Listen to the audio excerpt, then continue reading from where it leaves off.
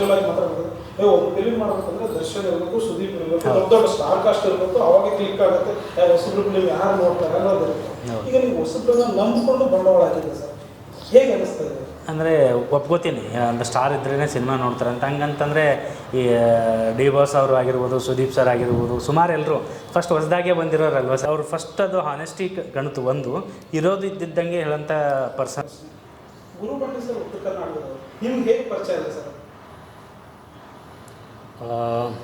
ಡೈರೆಕ್ಟ್ರಿಗೆ ಪ್ರಶ್ನೆ ಅನ್ನೋದಕ್ಕಿಂತ ಈ ಪ್ರಶ್ನೆನ ಅವ್ರಿಗೆ ಕೇಳಬೇಕು. ಆ್ಯಕ್ಚುಲಿ ಆವಾಗ ಇನ್ನೂ ಖುಷಿ ಆಗುತ್ತೆ, ಯಾಕಂದರೆ ಅವ್ರು ಮಾತಾಡಬೇಕು. ನಾನು ತುಂಬ ಮಾತಾಡ್ತಾನೇ ಇದ್ದೀನಿ.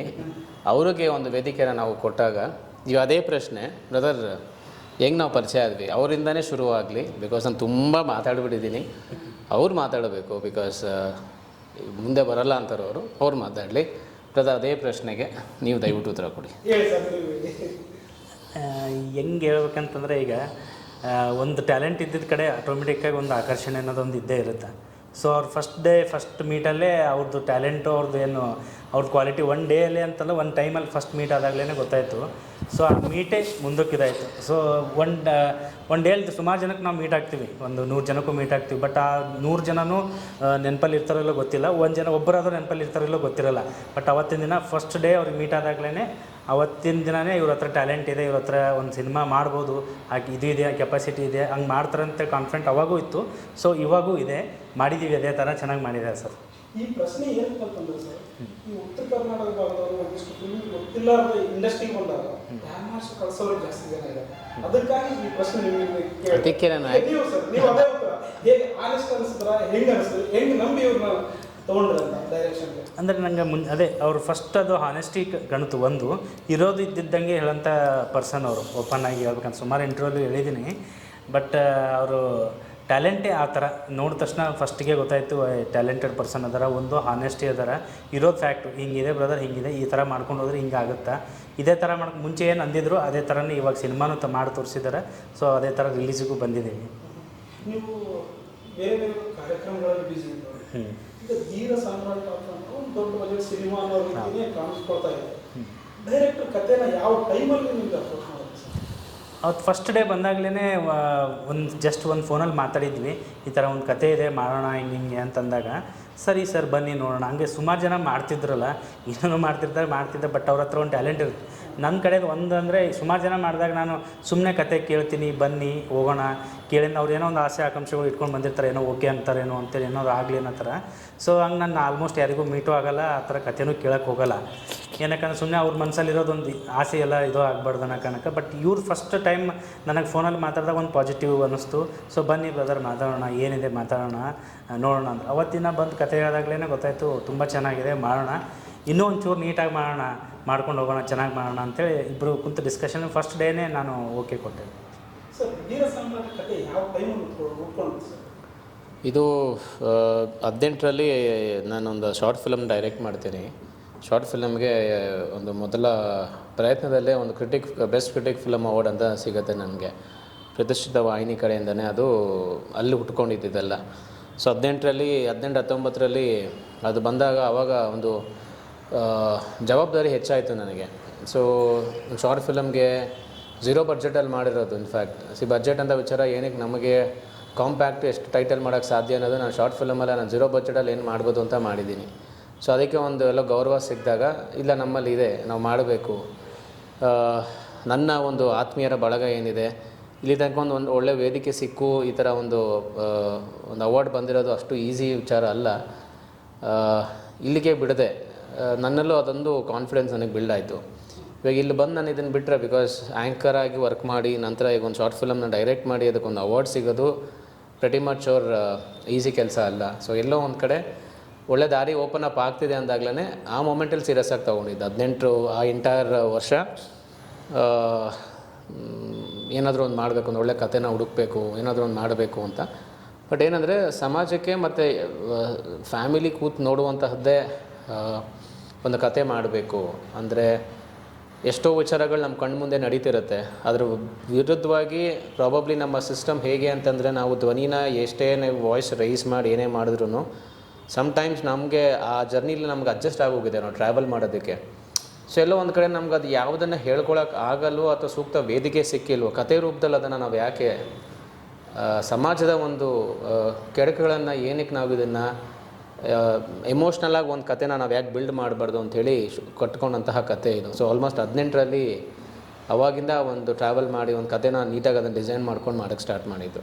ಇದರಲ್ಲಿ ದೊಡ್ಡ ಸ್ಟಾರ್ ಕಾಸ್ಟ್ ಇದೆ ಸರ್. ಸೋದರ್ ಸರ್ ಇದ್ದಾರೆ, ನಾಗೇಂದ್ರ ಸರ್, ಅರಸ್ ಅವರು ಇದ್ದಾರೆ, ಅವರೆಲ್ಲ ಒಗ್ಗಟ್ಟಾಗಿ ಒಂದೇ ಕಡೆ ಡೇಟ್ ಮ್ಯಾಚ್ ಆಯಿತು ಅಂತ. ಅದೇ ಅಲ್ವ ಸರ್ ಆ್ಯಕ್ಚುಲಿ ಅಂದರೆ ನಾನು ಏನಕ್ಕೆ ಅವ್ರಿಗೆ ಮಾತಾಡು ಅಂತ ಹೇಳ್ತಾ ಇದ್ದೀನಿ ಅಂದ್ರಿಂದಲ್ಲ, ನಾನು ಮಾತಾಡಿದ್ರೆ ಅದು ಹೆಂಗೆ ಅನ್ಸ್ಬಿಡುತ್ತೆ ಡೈರೆಕ್ಟ್ರು ಇವನೇ ಹೇಳ್ಕೊತಾನೆ. ಯಾಕಂದರೆ ಅಲ್ಲಿ ಏನಾಗಿದೆ ಸರ್, ಇಂಡಸ್ಟ್ರೀಲಿ ಕೆಲವು ನಿರ್ಮಾಪಕರು ಪಾಪ ಎಲ್ಲರೂ ನಾನು ಹೇಳಲ್ಲ, ಡೈರೆಕ್ಟರ್ಗಳು ಹೊಸಬ್ರು ಬಂದ ತಕ್ಷಣ ಹಾಳು ಮಾಡೋಕ್ಕಿದ್ದಾರೆ ಅಂತ ಮಾತಾಡೋದು ಜಾಸ್ತಿ ಇದೆ. ಆಮೇಲೆ ನಮಗೆ ಬ್ಯಾಕ್ಗ್ರೌಂಡ್ ನಮಗಿದೆ ಸರ್, ನಮಗಿರೋ ಹೆಸರನ್ನ ಉಳಿಸ್ಕೊಂಡ್ರೆ ಸಾಕು ಅಂತ ನನ್ನ ಮೆಂಟಾಲಿಟಿ. ಯಾರನ್ನೋ ಹಾಳು ಮಾಡಬೇಕು ಅಥವಾ ಇನ್ನೊಂದೇನೋ ಮಾಡಬೇಕು ಅನ್ನೋದು ನಮ್ಮ ಉದ್ದೇಶ ಅಲ್ಲ. ಸೊ ಅದಕ್ಕೆ ನಾನು ಈಗ ಇಂಥ ಪ್ರಶ್ನೆಗಳಿಗೆ ನಿರ್ಮಾಪಕರು ಮಾತಾಡಿದಾಗಲೇ ಅದಕ್ಕೆ ತೂಕ, ನಾನು ಹೇಳೋದಕ್ಕಿಂತ ಅವ್ರು ಮಾತಾಡಿದಾಗ ತಕ್ಕ ತೂಕ ಅಂತ. ಅದಕ್ಕೆ ಸ್ಟಾರ್ಟಿಂಗ್ ಪಾಪ ನೀವೇನು ಅಂದ್ಕೊಂಡ್ರೆ ಏನೋ, ನಾನು ಅದಕ್ಕೆ ಅವರು ಏನೋ ಡೈವರ್ಟ್ ಮಾಡಿದೆ ಅಂದರೆ ಎಲ್ಲ ಕಡೆ ನಾನು ಮಾತಾಡ್ಬಿಡ್ಬೋದು. ಬಿಕಾಸ್ ಈಗ ದುಡ್ಡು ಹಾಕಿರೋ ಜವಾಬ್ದಾರಿ ಅವ್ರು ನನ್ನ ಮೇಲೆ ಕೊಟ್ಟಿದ್ದಾರೆ. ಆ ದುಡ್ಡಿಗೆ ನಾನು ಎಲ್ಲೂ ತೊಂದರೆ ಆಗದಿರಂಗೆ ನಾನು ಅವ್ರ ಜೊತೆ ನಿಂತು ಕೆಲಸ ಮಾಡಬೇಕಾಗತ್ತೆ. ಸೊ ಆ ವಿಚಾರದಲ್ಲಿ ದೊಡ್ಡ ಸ್ಟಾರ್ ಕ್ಯಾಸ್ಟ್ ಏನಕ್ಕೆ ಬೇಕು ಅಂತ ಅನಿಸ್ತು ಅಂದರೆ, ಕತೆಗೆ ಆ ಥರ ರಿಕ್ವೈರ್ಮೆಂಟ್ ಇತ್ತು ನಮಗೆ. ಆ್ಯಂಡ್ ಡೇಟ್ಸ್ ವಿಚಾರಕ್ಕೆ 100% ತುಂಬಾ ಒಂಥರ ಫೈಟಿಂಗ್ ಪಾಯಿಂಟ್ ಅದು. ಬಿಕಾಸ್ ಒಬ್ಬರು ಒಂದು ದಿವಸ ಸಿಕ್ಕಿದ್ರೆ ಇನ್ನೊಂದು ದಿವಸ ಸಿಗ್ತಾಯಿದ್ದಿಲ್ಲ. ಸೊ ಅಲ್ಲೆಲ್ಲ ಒಂಚೂರು ವೇರಿಯೇಷನ್ಸ್ ಆಗ್ತಾಯಿದ್ವು. ಅದೊಂದು ಕನ್ವಿನ್ಸಿಂಗ್ ನೇಚರಲ್ಲಿ ಎಲ್ರಿಗೂ ಕೂಡ ಡೇಟ್ಸ್ಗಳನ್ನ ನೋಡಿಕೊಂಡು ನಮಗೆ ಶೂಟಿಂಗ್ ಲೊಕೇಶನ್ ಸಿಗ್ತಾಯಿದ್ದಿಲ್ಲ, ಮನೆಗಳಾಗ್ತಾಯಿದ್ದಿಲ್ಲ ನಮಗೆ. ಸೊ ಈ ಥರ ಸಾಕಷ್ಟು ಒಂದು ಚಾಲೆಂಜಸ್ ಇದ್ದವು. ಬಟ್ ಒಳ್ಳೇದೇನೋ ಒಂದು ಮಾಡಬೇಕು ಅಂತ ಅಂದಾಗ ಲೇಟ್ ಆಗುತ್ತೆ. ಸೊ ಆ ಥರ ಲೇಟ್ ಆದರೂ ಕೂಡ ಅಂದ್ಕೊಂಡಂತಂತೂ ಆರ್ಟಿಸ್ಟ್ಗಳನ್ನ ಇಟ್ಕೊಂಡು ನೀಟಾಗಿ ಸಿನಿಮಾನ ಆ ಪೋರ್ಷನ್ಸ್ ಏನೇನಿತ್ತೋ ಅದನ್ನು ಶೂಟ್ ಮಾಡ್ಕೊಂಡು ಮುಗಿಸ್ಕೊಂಡ್ವಿ. ಈಗ ಸರ್ ಉತ್ತರ ಕರ್ನಾಟಕದ ನಮ್ಮ ಜನ ಒಂದು ಕ್ಯಾಶುವಲ್ ಆಗಿ ಮಾತಾಡ್ಬೋದು, ಒಂದು ಫಿಲ್ಮ್ ಮಾಡ್ಬೇಕಂದ್ರೆ ದರ್ಶನ್ ಇರಬೇಕು, ಸುದೀಪ್ ಇರಬೇಕು, ದೊಡ್ಡ ಸ್ಟಾರ್ ಕಾಸ್ಟ್ ಇರಬೇಕು, ಅವಾಗ ಕ್ಲಿಕ್ ಆಗುತ್ತೆ. ಹೊಸಬ್ರು ಫಿಲ್ಮ್ ಯಾರು ನೋಡ್ತಾರೆ ಅನ್ನೋದಿರುತ್ತೆ. ಈಗ ನೀವು ಹೊಸಬ್ರನ್ನ ನಂಬಿಕೊಂಡು ಬಂಡವಾಳ ಹಾಕಿದ್ರೆ ಸರ್ ಹೇಗೆ ಅನಿಸ್ತದೆ? ಅಂದರೆ ಒಪ್ಕೋತೀನಿ, ಒಂದು ಸ್ಟಾರ್ ಇದ್ರೇ ಸಿನಿಮಾ ನೋಡ್ತಾರೆ ಅಂತ. ಹಂಗಂತಂದರೆ ಈ ಡಿ ಬಾಸ್ ಅವರು ಆಗಿರ್ಬೋದು, ಸುದೀಪ್ ಸರ್ ಆಗಿರ್ಬೋದು, ಸುಮಾರು ಎಲ್ಲರೂ ಫಸ್ಟ್ ಹೊಸದಾಗೆ ಬಂದಿರೋರಲ್ವ ಸರ್.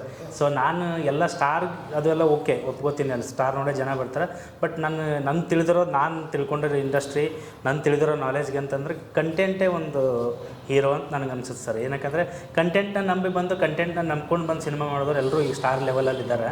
ಸೊ ನನ್ನ ಕಂಟೆಂಟೇ ಹೀರೋ ಅಂತ ನನ್ನ ಪರ್ಸ್ನಲ್ ಒಪಿನಿಯನ್. ಬಟ್ ಬೇರೆ ಯಾವುದೂ ಗೊತ್ತಿಲ್ಲ ಸರ್. ಜನರೇಷನ್ ಈಗಿನ ಆಡಿಯನ್ಸ್ ಎಷ್ಟೇ ದೊಡ್ಡ ಸ್ಟಾರ್ ಇರಲಿ, ಕಂಟೆಂಟ್ ಇರಲಿಲ್ಲ ಅಂದರೆ ಹೋಯ್ತು ಅಷ್ಟೇ ಸರ್. ನಾನು ಅದೇ ಹೇಳಕ್ಕೆ ಬಂದೆ ಆ್ಯಕ್ಚುಲಿ. ಸ್ಟಾರು ಓಕೆ ಸೂಪರ್ ಬಂದು ಸಿನಿಮಾ ನೋಡ್ತಾರೆ, ನೆಕ್ಸ್ಟ್ ವೀಕಲ್ಲಿ ಬರಬೇಕಂತ ಜನ ಅಂತಂದರೆ ಒಂದು ಕಂಟೆಂಟು, ಮೌತ್ ಟಾಕ್ ಚೆನ್ನಾಗಿರ್ಬೇಕು, ಸಿನಿಮಾ ಮಾಡಿರ್ಬೇಕು, ಸಿನಿಮಾ ಚೆನ್ನಾಗಿ ಮಾಡಿದ್ರೆ ಅಷ್ಟೇ ಹೋಗುತ್ತೆ ಸರ್. ಅದಕ್ಕೆ ನಾನು ಹೊಸಬ್ರು ಹಳೆಬ್ರು ಅಂತೇಳಿ ಏನೂ ಟ್ರೀಟ್ ಮಾಡ್ಕೊಂಡಿಲ್ಲ. ಓವರಾಲ್ ಎಲ್ಲರೂ ಸೀನಿಯರ್ ಆರ್ಟಿಸ್ಟ್ ಇದ್ರೆ ನೀವೇ ಹೇಳ್ರಿ. ಸೊ ನಾವು ಕತೆಗೆ ಏನು ಬೇಕು ಆ ಆರ್ಟಿಸ್ಟ್ನ ಅವ್ರಿಗಷ್ಟೇ ಸೆಲೆಕ್ಟ್ ಮಾಡಿದ್ದೀವಿ, ಎಲ್ರಿಗೂ ತೊಗೋಬೇಕಂತ ತೊಗೋಕೆ ಹೋಗಿಲ್ಲ. ಆ ಕತೆಗೆ ಇವ್ರು ಸೂಟೇಬಲ್ ಅಂತೇಳಿ ನಾವಿಬ್ಬರು ಕುಂತು ಡಿಸ್ಕಷನ್ ಮಾಡಿದಾಗಲೇ ಇವ್ರು ಸೂಟೇಬಲ್ ಅಂದಾಗಲೇ ನಾವೆಲ್ಲರೂ ಚೂಸ್ ಮಾಡಿದ್ದೀವಿ. ಅಂದರೆ ಈಗ ಹೊಸಬ್ರು ತೊಗೊಂಡು ಮಾಡೋದು ಹಳೆಬ್ರು ತೊಗೊಂಡೇನಿಲ್ಲ ಸರ್. ಕತೆಗೆ ಏನೇನು ಬೇಕು ಎಲ್ಲನೂ ಕೊಟ್ಟಿದ್ವಿ, ಕಂಟೆಂಟಿಗೆ ಏನೇನು ಬೇಕು ಕೊಟ್ಟಿದ್ದೀವಿ. ಸೊ ಜನ ನೋಡ್ತಾರದು ನಮಗೊಂದು ಇದೆ ಸರ್. ಧೀರ ಸಾಮ್ರಾಟ್ ಏನು ಸ್ಪೆಷಲ್ ನಿಮ್ಮ ಪ್ರಕಾರ? ಆಡಿಯನ್ಸ್ ಏನಕ್ಕೆ ಬಂದು ನೋಡ್ಬೇಕಂದ್ರೆ? Audience sir main content sir. ನಾವು ಕಂಟೆಂಟ್ ಮೇಲೇ ಸಿನಿಮಾ ಮಾಡಿದ್ದೀವಿ. ಸ್ಟೋರಿನೇ ಆ ಥರ ಇದೆ. ಅಂದರೆ ಆ ಸ್ಟೋರಿ ಇವಾಗ ಹೇಳಿದಾಗ ನಾವು ಮಾಡಿದ್ದೀವಿ ತುಂಬ ಚೆನ್ನಾಗಿದೆ ಹಂಗೆ ಬರಬೇಕಂತ ಹೇಳೋಕ್ಕಿಂತ ಸ್ಟೋರಿ ಕಂಟೆಂಟ್ನೇ ಚೆನ್ನಾಗಿದೆ ಸರ್. ಇಡೀ ನೀವು 2 hours 3 minutesಲ್ಲಿ ಆರಾಮಾಗಿ ಕುಂತ್ಕೊಂಡು ಒಂದು ನಿಮಿಷನೂ ಬೋರ್ ಆಗದಿರೋ ಥರ ನೋಡ್ತೀರಾ. ಅದರಲ್ಲಿ ಎಲ್ಲನೂ ಇದೆ. ಒಂದು ಮಾಸ್ ಎಲಿಮೆಂಟ್ ಇದೆ, ಲವ್ ಸೆಂಟಿಮೆಂಟ್ ಇದೆ, ಫಾದರ್ ಸೆಂಟಿಮೆಂಟ್, ಮದರ್ ಸೆಂಟಿಮೆಂಟ್ ಇದೆ, ಓವರಾಲ್ ಆಗಿ ಸಸ್ಪೆನ್ಸ್ ಥ್ರಿಲ್ಲರ್ ಇದೆ, ಮತ್ತೊಂದು ಲಾಸ್ಟಿಗೆ ಒಂದು ಒಳ್ಳೆ ಮೆಸೇಜ್ ಇದೆ ಸಿನಿಮಾದಲ್ಲಿ. ಸೊ ಎಲ್ಲನೂ ಒಂದು ಇಟ್ಕೊಂಡು ಮಾಡಿದ್ದೀವಿ. ಕಂಟೆಂಟ್ನ ನೋಡಿ ಸಿನಿಮಾ ಬನ್ನಿ, ಹೊಸಬರು ಮಾಡಿದ್ದೀವಿ ಅಂತೇಳಿ ಸಿನಿಮಾಗೆ ಬನ್ನಿ ಅಂತ ಹೇಳ್ತಿಲ್ಲ, ಕಂಟೆಂಟ್ನ ನೋಡಿ ಸಿನಿಮಾಗೆ ಬನ್ನಿ ಅಂತ ನಾನು ಎಲ್ಲಿ ಶೂಟ್ ಮಾಡಿದೆ ಸರ್? ಇಲ್ಲಿ ಬೆಂಗಳೂರು ಮತ್ತು ತುಮಕೂರು, ಮೈಸೂರು, ಈ ಕಡೆ ಮೂರು ಡಿಸ್ಟಿಕಲ್ಲಿ ಮಾಡಿದ್ದೀವಿ ಸರ್. ಸೋಬ್ರಾ ಸರ್ ಮತ್ತು ನಾಗೇಂದ್ರ ಸರ್ ಮತ್ತು ಮಾತಾಜ್ ಅವರೆಲ್ಲ ಸೆಟ್ಟಲ್ಲಿ ಹೇಗಿರ್ತಿದ್ರು ಸರ್? ತುಂಬ ಫ್ರೆಂಡ್ಲಿ ಇರ್ತೀವಿ ಸರ್. ಅಂದರೆ ನಾವು ಮಧ್ಯಾಹ್ನ ಲಂಚಲ್ಲಿ ಲಂಚ್ ಅವರ್ಸಲ್ಲೆಲ್ಲ ಗ್ಯಾಪಲ್ಲೆಲ್ಲ 1 hour ಊಟ ಮಾಡ್ಕೊಂಡು ಬರ್ತಿದ್ವಿ, ಜೊತೆ ಕುಂತಾಗೆಲ್ಲ ಮಾತಾಡಿ ಸೆಟ್ಟಲ್ಲಿ ತುಂಬಾ ಫ್ರೆಂಡ್ಲಿ ಇದ್ದರು ಸರ್. ಎಲ್ಲರೂ ಫ್ರೆಂಡ್ಲಿಯಾಗಿ ಸಪೋರ್ಟ್ ಮಾಡಿದ್ರಿಂದ ಈ ಸಿನಿಮಾ ಇಲ್ಲಿ ತನಕ ಬಂದಿದೆ ಸರ್. ಡೈರೆಕ್ಟರ್ ಸ್ಟ್ರಿಕ್ ಅವರು ಸ್ಟ್ರಿಕ್ ಅನ್ನೋಕ್ಕೆ ನಮ್ಮ ಬ್ರದರ್ ಅಂತ ಹೇಳ್ಬೋದು. ನಾವು ಅವ್ರ ಬ್ರದರ್ ಥರನೇ, ಡೈರೆಕ್ಟ್ರು ಪ್ರೊಡ್ಯೂಸರ್ ಥರ ನಾವು ಇಲ್ಲಿ ತನಕ ಇದ್ದಿಲ್ಲ, ಇರೋದು ಇಲ್ಲ ಮುಂದೆನೂ. ಸೊ ಸಿನಿಮಾಗೋಸ್ಕರ ನಾವು ಎಷ್ಟು ಸಲನೂ ನಿಮ್ಗೆ ಹೇಳಿ ಮುಂಚೆನೇ ಹೇಳಿದ್ದೀನಿ, ಸಿನಿಮಾಗೋಸ್ಕರ ಜಗಾಡಿದ್ವಿ ವಿನಃ ನಮಗೋಸ್ಕರ ಇಲ್ಲಿ ತನಕ ಒಂದು ಬಂದಿಲ್ಲ. ಇದು ಹಿಂಗೆ ಮಾಡೋಣ ಬ್ರದರ್, ಇದು ಹಿಂಗೆ ಇರಬೇಕು. ಅವ್ರು ನನಗೆ ಅಂದಾಗ ಸರಿ ಬ್ರದರ್, ಸರಿ ಹಿಂಗೆ ಮಾಡೋಣ ಪ್ರಾಡಕ್ಟ್ ಚೆನ್ನಾಗಿದೆ. ಹಾಂ, ಫೈನಲಿ ಅದೇ. ಈಗ ಇಷ್ಟು ಜನ ಆರ್ಟಿಸ್ಟ್ ಕೂಡಬೇಕು, ಇಷ್ಟು ಜನ ಸಿಂಗರ್ಸು, ಆ ಸಾಂಗ್ ಆ ಲೆವೆಲಿಗೆ ಹಿಟ್ ಆಗಬೇಕು, ಈ ಲೆವೆಲಿಗೆ ಪ್ರಮೋಷನ್ಸ್ ಎಲ್ಲ ಆಗಬೇಕು ಅಂತಂದ್ರೆ ಇಬ್ಬರು ಡಿಸ್ಕಷನ್ ಮಾಡಿನೇ ನಾವು ಒಂದು ಸ್ಟೆಪ್ ತೊಗೊಂಡಿದ್ದೀವಿ. ಸೊ ಅವ್ರ ಬಗ್ಗೆ ನಾನು ಹೇಳೋಕ್ಕಿಂತ ನಾನು ತುಂಬಾ ಚೆನ್ನಾಗಿ ಮಾಡಿದ್ದಾರೆ, ಅದ್ರದ್ದು ಬೇರೆ. ಬಟ್ ಜನ 16ನೇ ತಾರೀಕು ನಂತರ ಮಾತಾಡ್ತಾರೆ ಅನ್ನೋ ಕಾನ್ಫಿಡೆಂಟ್ ನನಗೆ ಇವ್ರ ಮೇಲೆ ಇದೆ. ರಾಕೇಶ್ ಬ್ರದರ್ ಸರ್ ಹೇಗಿದೆ ಸರ್? ರಾಕೇಶ್ ಬ್ರದರ್ ಅವರು ಮೂಲತಃ ಗುಲ್ಬರ್ಗದವರು. ಅವರು ಮುಂಚೆನೇ ಒಂದು ಸಿನಿಮಾ ಮಾಡಿದ್ರು ಅವ್ರ ಜೊತೆಗೆ, ಇವಾಗ ಒಂದು ಈ ಸಿನಿಮಾ ಮಾಡ್ತಿದ್ದೀವಿ ಸರ್. ಅಂದರೆ ಪರಿಚಯ ಸರ್, ಚೆನ್ನಾಗಿ ಮಾಡಿದ್ದಾರೆ ಈ ಸಿನಿಮಾದಲ್ಲಿ ಆ್ಯಕ್ಟಿಂಗು. ನೀವು ನೋಡ್ಬೇಕು ಸರ್, ನೋಡಿದ ತಕ್ಷಣ ಹೇಳಿದ್ರೆ ನಮ್ಗೆ ಖುಷಿ ಆಗುತ್ತೆ. ಅದ್ವಿತಿ ಶೆಟ್ಟಿಗಳು ಅದ್ವಿತಿ ಅವರು ಚೆನ್ನಾಗಿ ಮಾಡಿದ್ರು ಸರ್. ಅಂದರೆ ಅವ್ರ ಪೋರ್ಷನ್ಸ್ ಏನಿದೆಯಲ್ಲ ಕಂಪ್ಲೀಟಾಗಿ ತುಂಬ ಒಳ್ಳೆಯ ರೆಸ್ಪೆಕ್ಟಿವ್ ಆಗಿ ಪ್ರಮೋಷನ್ಗಾಗಿರ್ಬೋದು ಇವಾಗೂ ಬಂದಿದ್ದಾರೆ. ಸೊ ಪ್ರಮೋಷನ್ಗಂತ ಕರೆದಾಗ್ಲೂ ಮತ್ತು ಪ್ರತಿಯೊಂದು ಸಾಂಗ್ ಇವೆಂಟಿಗೆ ಎಲ್ಲ ಕಡೆ ರೀಲ್ಸ್ ಮಾಡೋ ಟೈಮಲ್ಲಿ ನಮ್ಮ ಶೂಟಿಂಗ್ಗೆ ರೈಟ್ ಟೈಮ್ ಬಂದು ರೈಟ್ ಚೆನ್ನಾಗಿ ನಮ್ಗೆ ಸಪೋರ್ಟ್ ಮಾಡ್ತಾರೆ ಸರ್ ಅವರು. ಸೊ ಅದ್ವಿತಿ ಶೆಟ್ಟಿ ಬಗ್ಗೆ ನೀವು ಯಾವಾಗ ನೋಡಿದ್ರಿ, ಹೇಗೆ ಸೆಲೆಕ್ಟ್ ಮಾಡಿದ್ರೆ? ಅದು ಪ್ರಾಸೆಸ್ ಬಂದು ಇನ್ಫ್ಯಾಕ್ಟ್ ಅದೇ ನಮ್ಮದೆಲ್ಲ ಪ್ರೊಡ್ಯೂಸರ್ ಮೀಟ್ ಆಗಿತ್ತು. ಸ್ಟಾರ್ ಕ್ಯಾಸ್ಟ್ ಯಾರು ಅಂದರೆ ಮೇಯ್ನ್ ಫೀಮೇಲ್ ಲೀಡ್ ಯಾರು ಅಂತೇಳಿ ಚರ್ಚೆ ಆಗ್ತಿದ್ವು. ಒಂದು ದಿವಸ ಅವರ ಒಂದು ಪೋಸ್ಟ್ ನೋಡ್ತೀನಿ ನಾನು ಸೋಷಿಯಲ್ ಮೀಡ್ಯಾದಲ್ಲಿ, ಫೇಸ್ಬುಕ್. ನನಗವರೆಗೂ ಪರಿಚಯ ಇಲ್ಲ ಬಟ್ ಅವರನ್ನು ನಾನು ಫೇಸ್ಬುಕ್ಕಲ್ಲಿ ಫಾಲೋ ಮಾಡ್ತಿದ್ದೆ. ಸೊ ಆ ವಿಚಾರದಲ್ಲಿ ಒಂದು ದೊಡ್ಡ ಪೋಸ್ಟು, ಅಂದರೆ ಈ ಅವಕಾಶ ಇಲ್ಲದೇ ಇದ್ದಾಗ ಯಾವ ಥರ ಒಂದು ಆರ್ಟಿಸ್ಟ್ಗೆ ಟ್ಯಾಲೆಂಟ್ ಇದ್ದರೂ ಕೂಡ ಎಲ್ಲೋ ಒಂದು ಕಡೆ ಮನಸ್ಸಿಗೆ ಎಲ್ಲೋ ಒಂದು ಆ ಸ್ಪಾರ್ಕ್ ಅನ್ನೋದು ನಿಮಗೆ ಟ್ರಿಗರ್ ಆಗ್ತಾನೇ ಇರುತ್ತೆ. ಸೊ ಆ ವಿಚಾರದ ಒಂದು ದೊಡ್ಡ ಪೋಸ್ಟನ್ನು ನಾನು ನೋಡ್ತೀನಿ. ಆಮೇಲೆ ನಮ್ಮ ಹುಡುಗ ನಮ್ಮ ಟಾಕೀಸ್ ಭರತ್ ಅಂತ ಹೇಳಿ ಅವ್ನು ಕಾಲ್ ಮಾಡಿ ಆ ನಂಬರ್ ತೊಗೋರ್ದು ಅಂತ ಹೇಳಿ ನಂಬರ್ ತೊಗೊಂಡು ಅವರಿಂದ ಇವ್ರನ್ನ ಭೇಟಿ ಆಗ್ತೀನಿ. ಸೊ ಹಿಂದೆ ಒಂದು ಸಿನಿಮಾ ಮಾಡಿದರು ಅವರು, 2 ಸಿನಿಮಾ ಮಾಡಿದರು, 2-3 ಸಿನಿಮಾ ಮಾಡಿದರು ಅಂತ ಭಾವಿಸ್ತೀನಿ. ಬಟ್ ಆನೆಸ್ಟ್ಲಿ ನನಗೆ ಆ ಸಿನಿಮಾನ ನಾನು ನೋಡಲಿಲ್ಲ. ಮೇ ಬಿ ನಮ್ಮ ಸಂದರ್ಭ ಸಿಕ್ಕಿಲ್ವೇನೋ, ಬಟ್ ಪರ್ಫಾರ್ಮೆನ್ಸ್ ನೋಡಿ ನಾವು ತೊಗೋಬೇಕು ಅನ್ನೋದು ಮೈಂಡ್ಸೆಟ್ ಖಂಡಿತ ನನಗೆ ಇದ್ದಿಲ್ಲ.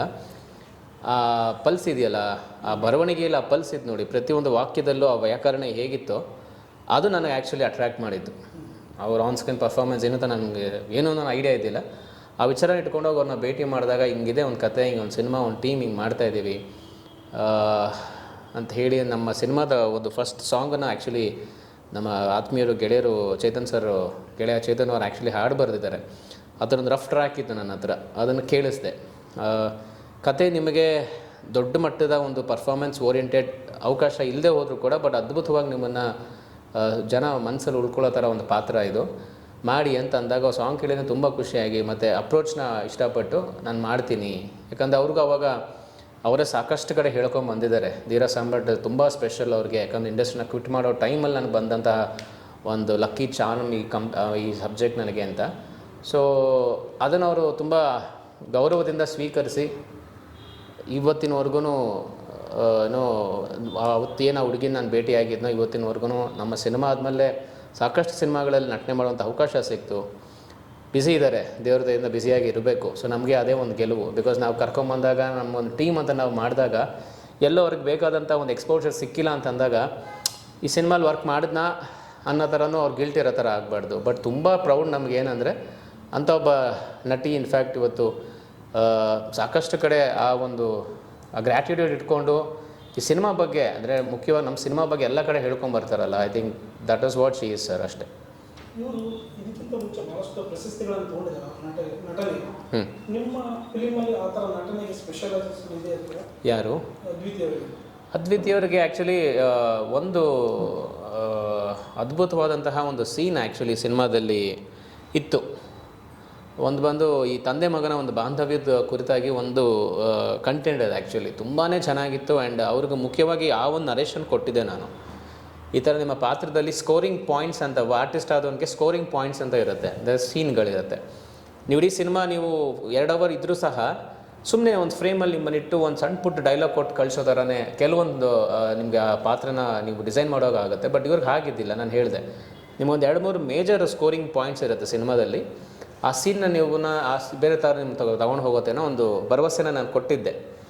ಬಟ್ ಇನ್ನು ಅನ್ಫಾರ್ಚುನೇಟ್ ಕೆಲವೊಂದು ರೀಸನ್ಗೆ ಅದ್ಭುತವಾದಂತಹ ಸೀನ್ ತುಂಬ ಚೆನ್ನಾಗಿ ನಟನೆ ಮಾಡಿದರು. ಎಲ್ಲೋ ಒಂದು ಕಡೆ ಪಾಪ ನಾನು ಇನ್ಫ್ಯಾಕ್ಟ್ ಆ ಸೀನನ್ನು ನಾನು ಡಿಲೀಟ್ ಮಾಡಬೇಕು ಅಂತ ಅಂದಾಗ ತುಂಬ ಭಾರವಾದ ಮನಸ್ಸಿಂದನೇ ತುಂಬ ಅದ್ಭುತವಾಗಿ ಇದ್ದಂತಹ ಒಂದು ಸೀನ್ ಅದು. ಒನ್ ಸ್ಟ್ರೆಚ್ಚಲ್ಲಿ ಒನ್ ಟೇಕಲ್ಲಿ ತುಂಬ ಲೆಂತಿ ಒಂದು ಸೀನ್ ಅದು. ಅಂದರೆ ಒಂದು ಅಮ್ಮ ಮತ್ತು ಮಗನ ಬಾಂಧವ್ಯದ ಕುರಿತಾಗಿ ಆ ತಾಯಿಯ ರೋದನೆಯನ್ನು ಇವ್ರ ಜೊತೆಗೆ ನಿಂತು ಒಂದು ಹೆಣ್ಣಿನ ವಿಚಾರವಾಗಿ ಅದ್ಭುತವಾಗಿ ಡಿಸೈನ್ ಮಾಡಿದಂತಹ ಡೈಲಾಗ್ಸ್ ಅದು. ಯಾಕಂದ್ರೆ ನನಗೆ ತುಂಬ ಬೇಕಾಗಿತ್ತು. ಸೊ ನಾನು ನಮ್ಮ ರೈಟರ್ ಕೂತ್ಕೊಂಡು ಇದೇ ಥರ ನನಗೆ ಬೇಕಿದ್ದು, ಒಂದೊಳ್ಳೆ ಮೆಸೇಜ್ ಇರೋದು ಇಂಥದ್ದು ನಾವು ಕ್ಯಾರಿ ಮಾಡೋಣ ಅಂತ. ಬಟ್ ಸ್ವಲ್ಪ ಅಲ್ಲೋ ಆರ್ಟಿಸ್ಟ್ಗಳು ಅಂದರೆ ಆ ಸೀನಲ್ಲಿ ಬೆರ್ತಂತಹ ಆರ್ಟಿಸ್ಟ್ಗಳೆಲ್ಲೋ ನಮ್ಗೆ ಒಂಚೂರು ಫೇವರ್ ಮಾಡಲಿಲ್ಲ.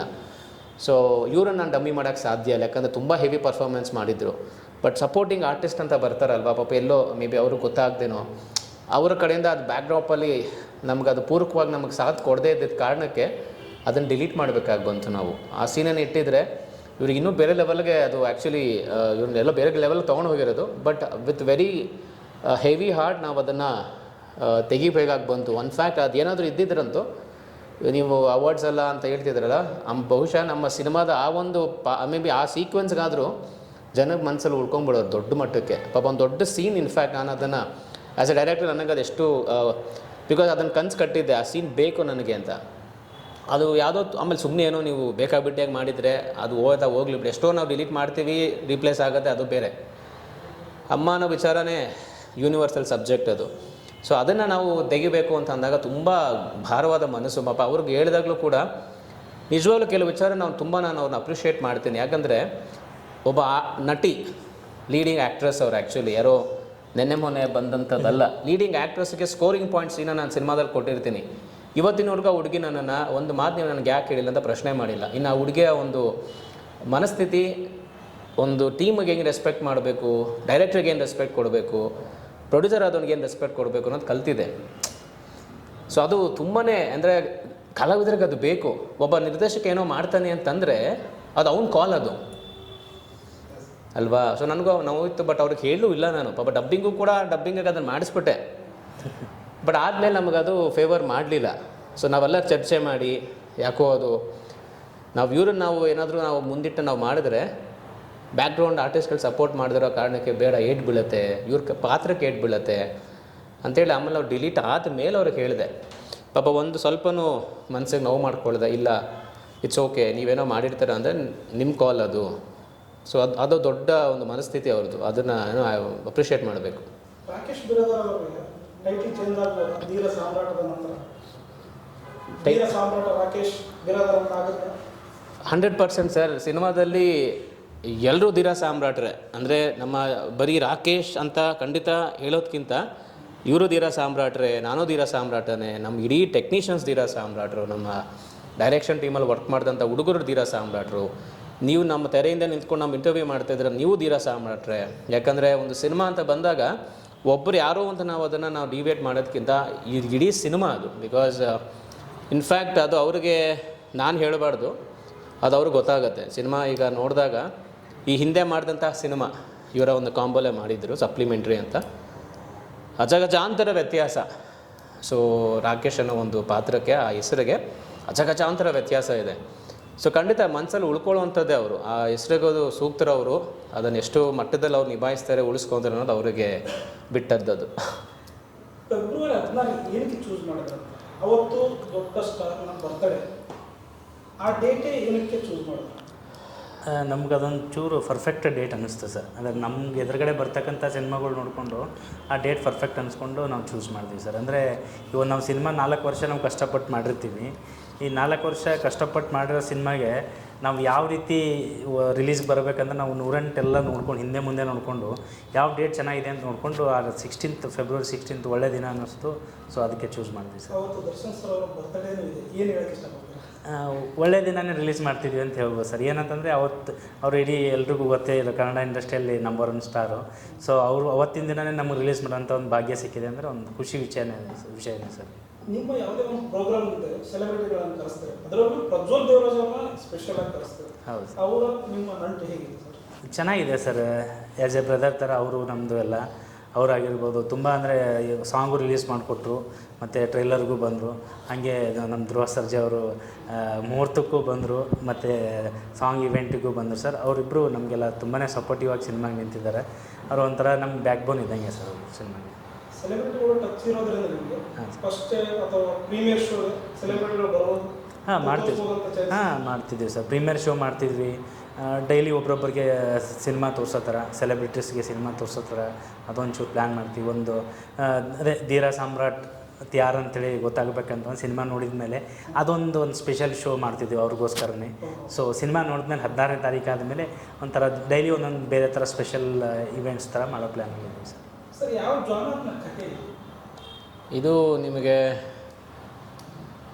ಬೆಳಗ್ಗೆ ಎದ್ದಾಗ ನಾವು ಹೊಟ್ಟೆ ಹಸಿವು ಇರುತ್ತೆ, ಎದ್ದಿದ ತಕ್ಷಣ ನಮ್ಗೆ ಏನು ಬೇಕು ಅನ್ನೋದು ಮೈಂಡಲ್ಲಿ ಬೇರೆ ಬೇರೆ ವೆರೈಟೀಸ್ ನನಗೆ ಬೇಕು ಅಂತ ಆಸೆ ಆಗ್ತಿರುತ್ತೆ. ಬಟ್ ಆ ಗಳಿಗೆಗೆ ನಮಗೆ ಹೊಟ್ಟೆ ತುಂಬುವಂಥ ವಿಚಾರ ಏನು ತುಂಬ ಒಂದು ಫೇವ್ರೇಟ್ ಇರುತ್ತೆ. ಸೊ ಏನಕ್ಕೆ ಇಷ್ಟೊಂದು ಪೀಳಿಗೆ ಹೇಳ್ತಿದ್ದೀನಿ ಅಂದರೆ, ಪ್ರತಿಯೊಬ್ಬ ಆಡಿಯನ್ಸಿಗೆ ಒಬ್ಬ ಸಿನಿಮಾ ಥಿಯೇಟ್ರಿಗೆ ಬಂದಾಗ ಅವನಿಗೆ ಯಾವ್ಯಾವೆಲ್ಲ ಪಲ್ಸ್ ಮ್ಯಾಚ್ ಆಗಬೇಕು ಅಂತ ಅಂದ್ಕೊಂಡು ಒಂದು ಥಿಯೇಟ್ರಿಗೆ ಬರ್ತಾನೋ ಆ ರೀತಿಯ ಎಲ್ಲ ಫ್ಲೇವರ್ಸು ಸಿನಿಮಾದಲ್ಲಿದೆ. ಏನೋ it's a mixed bunch of content ಅಂತ ಹೇಳ್ತೀನಿ. ಈ ಕಾರ್ಪೊರೇಟ್ ಫ್ರೀಕ್ಸ್ಗೆಲ್ಲ ಜನರಲಿ ಸಸ್ಪೆನ್ಸ್ ಥ್ರಿಲ್ಲರ್ ಸಬ್ಜೆಕ್ಟ್ ತುಂಬ ಇಷ್ಟ ಆಗುತ್ತೆ. ಹುಡುಗರಿಗೆ ತುಂಟಾಟ, ಚೇಷ್ಟೆಗಳು, ಕಾಲೇಜ್ ಲೈಫು, ಆ ತರಲೆ ತುಂಟಾಟ, ಹೆಣ್ಮಕ್ಳನ್ನ ರೇಗಿಸ್ಕೊಂಡು ಓಡಾಡೋದು, ಅದೊಂದು ಜಾನರಲ್ಲಿ ಹೋಗುತ್ತೆ. ಬಿಕಾಸ್ ಇಲ್ಲಿ ಸಿನಿಮಾ ಶುರುವಾಗೋದು ತುಂಬ ಫನ್ ಲವಿಂಗ್ ಮೊಮೆಂಟಿಂದ ಶುರುವಾಗಿ ಕಡೆಯ ಹಂತಕ್ಕೆ ಬಂದಾಗ ಟ್ರ್ಯಾಜಡಿಗಳ ಥರ ಆಗೋಕ್ಕೆ ಶುರುವಾಗುತ್ತೆ. ಸೊ ಅಲ್ಲಿ ನಿಮ್ಗೆ ಆ ಜರ್ನಿಲಿ ನಿಮಗೆ ಈ ಹಾರರ್ ಸಿನಿಮಾಗಳನ್ನ ತುಂಬ ಇಷ್ಟಪಡೋರಿಗೆ ಅದೊಂದು ಫ್ಲೇವರಲ್ಲಿ ಹೋಗುತ್ತೆ. ನಾನು ಕಂಪ್ಲೀಟಾಗಿದ್ದು ಹಾರರ್ ಸಿನಿಮಾ ಅಂತ ಸುಮಾರು ಕಡೆ ಪ್ರಶ್ನೆಗಳು ಬರ್ತಿದೆ. ಖಂಡಿತ ಹಾರರ್ ಸಿನಿಮಾ ಅಂತ ನಾನು ಹೇಳೋಕ್ಕೆ ಹೋಗಲ್ಲ, ಒಂದೊಂದು ಫ್ಲೇವರ್ ಅಂತ ಇಟ್ಟಿದ್ದೀವಿ. ಸೊ ಪ್ರೇಕ್ಷಕನಿಗೆ ಸಿನಿಮಾ ಅಂತ ನೋಡೋಕ್ಕೆ ಬಂದಾಗ ಒಂದು ಸೆಕೆಂಡು ಕೂಡ ಬೋರ್ ಆಗದೇ ಇರೋ ರೀತಿ ಏನೆಲ್ಲ ಅವನಿಗೆ ಆ ಫ್ಲೇವರ್ ನಾವು ಬಡಿಸಬಹುದು ಆ ಜಾನರಲ್ಲಿ ಮಾಡಿದ್ದೀವಿ. ಮುಖ್ಯವಾಗಿ ಹೇಳೋದಾದರೆ ಒಂದು ಥ್ರಿಲ್ಲರ್ ಎಲಿಮೆಂಟ್ಸ್ ಇರುವಂತಹ ಸಬ್ಜೆಕ್ಟ್ ಇದು.